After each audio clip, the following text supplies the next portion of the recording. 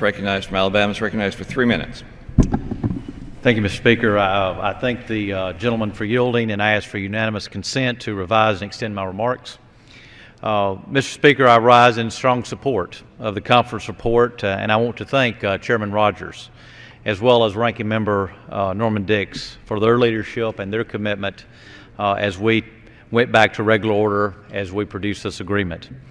We had a challenging negotiations with our colleagues from the other body, but I believe we have forged a disciplined agreement that puts a priority on limited spending and on true priorities like border security, immigration enforcement, disaster relief, while at the same time instilling robust fiscal discipline and oversight.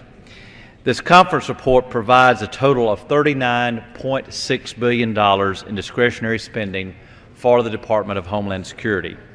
That is $4 billion below the President's request, 9.1%. It's $3 billion below the FY 2010, and it is $2 billion below last year. These are genuine reductions, not just budget gimmicks.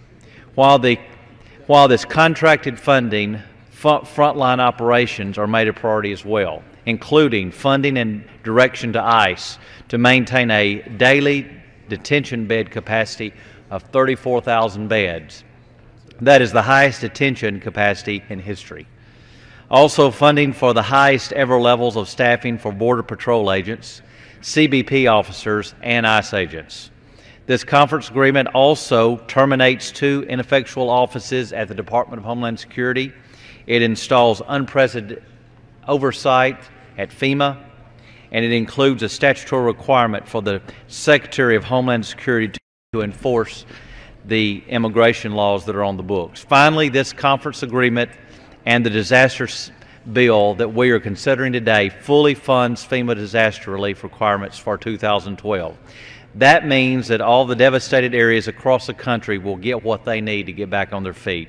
And this funding can be offset through reductions that will also be considered later this afternoon, which I support. Let me close again by thanking all those involved in this process on the Appropriations Committee. I'd like to thank Ben Nicholson with the majority and the staff, the majority staff, as well as Stephanie Gupta with the minority and her staff. And also to thank Senator Landrieu and Senator Coates and Ranking Member Price, of course, who was my partner in this process for his hard work as we work toward getting toward this reasonable agreement. Thank you, Mr. Chairman, or Mr. Speaker, and I yield back the balance of my time.